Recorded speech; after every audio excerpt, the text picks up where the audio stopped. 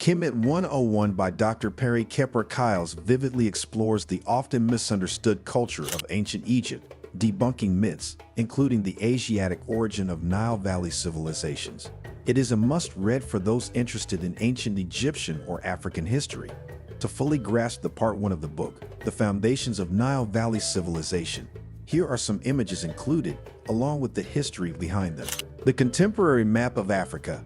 To fully understand the relationship between environment and the evolution of ancient Nile Valley culture as Pliny, it is necessary to know some geography of the region. The Nile River is the longest river in the world, flowing 4,100 miles.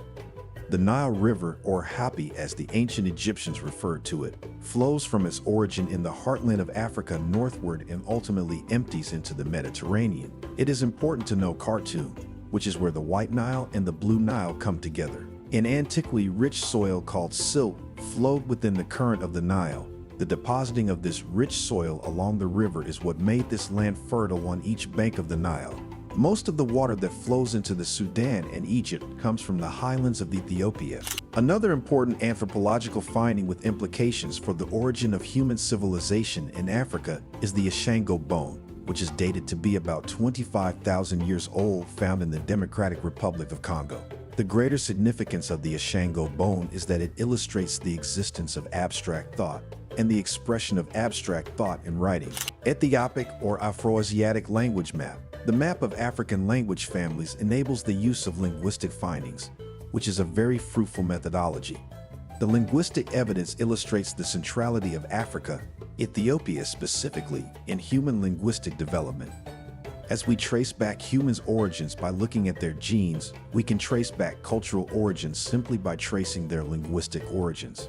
One of the largest of the African linguistic families is the Ethiopic family, what European scholars call Afro-Asiatic languages. Arabic, which they call a Semitic language, is spoken throughout northern Africa, a consequence of Arab colonization. Hausa, in northern Nigeria, and various other ethnic groups over to the east are included in the Afro-Asiatic group. All of these languages have one origin.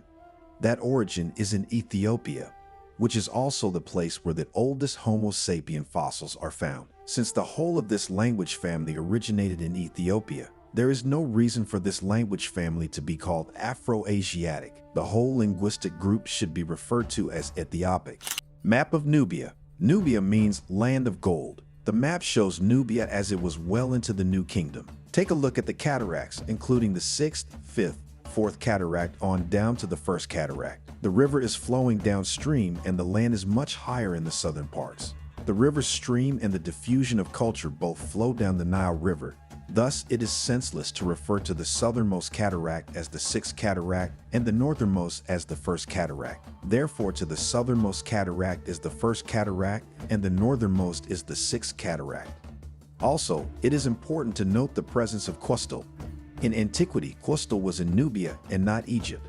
Still today, some of the Nubian symbols that would be used by Kemetic people later on are still present in carvings. Image of an Ankh in ancient Nubia region of contemporary Egypt. The Ankh has pre-Kemetic origins, meaning that it existed before there was a Kemet and before the two lands united to create Kemet. The Ankh symbolizes harmony. Simply put, the loop at the top of the Ankh represents a womb and the straight part at the bottom symbolizes the phallus. This does not represent a simplistic reference to sexual union. What it depicts is the Kemites' conceptualization of the world. Thus, it would be safe to say that Ankh is a metaphor for harmony that originated upstream from Kemet. Artifact or incense burner from Qustul excavation. The image is an incense burner that was found at Qustul. It has several images that provides insight into the world of Tasseti. The incense burner possesses images of a Sirak, which is a symbol for kingship that was later borrowed by Kemites. You can also see a bound captive and the crown that would later be used as the crown of Upper Egypt. The beard is apparent and so is a flail. You see Ozar or Osiris holding the flail, and you also see him holding the crook. Thus, the incense burner serves as corroborating evidence for Diodorus' claim that I presented earlier in this essay. The hawk standing atop the castle is a symbol of kingship. The photo is from one of the Nubian monuments. Apparently, there's a hawk atop a castle, a bound captive who is bound with the symbol for Tasseti, land of the bow, and also Tasseti routing their rivals. In some of these images, the rival of Tusseti is the actual land that became Upper Egypt. The photo shows Dr. Kyles at Nilometer in Philae. The Nile overflows annually, and the extent to which it overflows determines the amount of taxation for that particular year. These Nilometers are in Philae and Aswan respectively. Notches along the Nilometer were used to measure the amount of water and thusly determine the amount of taxation in grain for that year. The Narmer palette. Much of what we know about Narmer comes from an artifact called the Narmer palette. Here Narmer is presented wearing the Hedjit, the crown of Upper Kemet. On one side of the palette, Narmer is depicted wielding a mace, which is basically a stick with a rock on the end. He is about to smite an Asiatic enemy. These rivals are the populations that are coming over from the Middle East area by way of the Sinai over into Africa. How do we know who they are? The symbols denote the marshlands of the region from which the Asiatics emerged. The lower level of the palette illustrates the rivals that have already been vanquished. On the other side, Narmer is wearing the crown of Lower Kemet. In various places on the palette you see the bull, which symbolizes the vitality of the pharaoh. Thus, the Narmer palette and other sources like Manetho reveal to us that it was Narmer who united Upper and Lower Kemet. In the Old Kingdom emerged the great master teacher Imhotep. The image above is a sculpture of Imhotep that is in the Metropolitan Museum in New York City. This scroll in his hand symbolizes abstract thought. This structure was designed by Imhotep and is referred to as the Mastaba Pyramid or the Step Pyramid. The pyramids built after the Mastaba Pyramid built upon Imhotep's design. Imhotep is depicted as a deity. He was from a town called Anktali, which means life of the two lands, that was near Memphis. What Imhotep is best known for is his success as a physician. He is believed to have healed thousands of people and taught the profession to several others.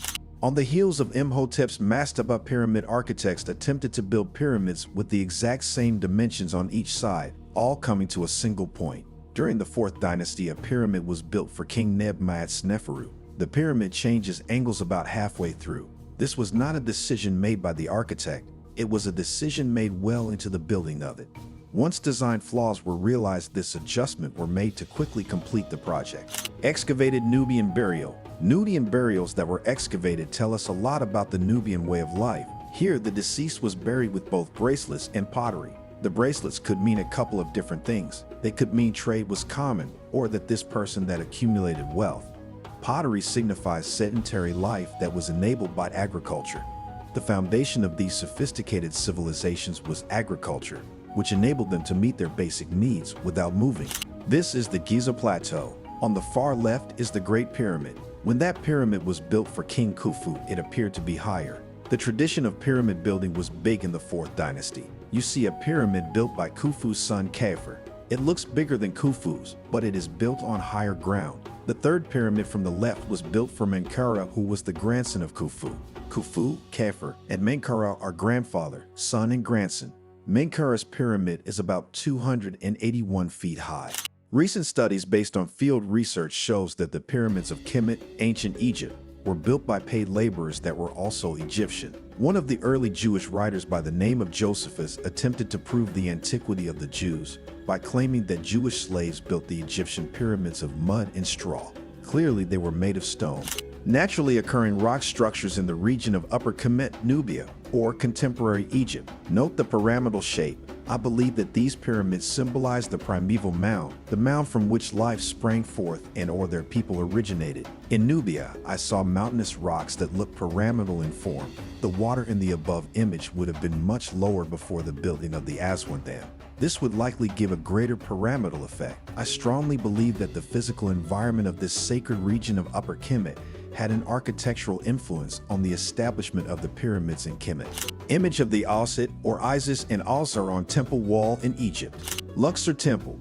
This carving of Heru and Set is a metaphor for the concept of Simatawi. The literal translation of Simatawi is union of the two lands. The deeper meaning is the union of the higher and the lower self. The picture is the Pyramid of Nunes, a 5th dynasty king. The 42 declarations of innocence were first found inside this pyramid.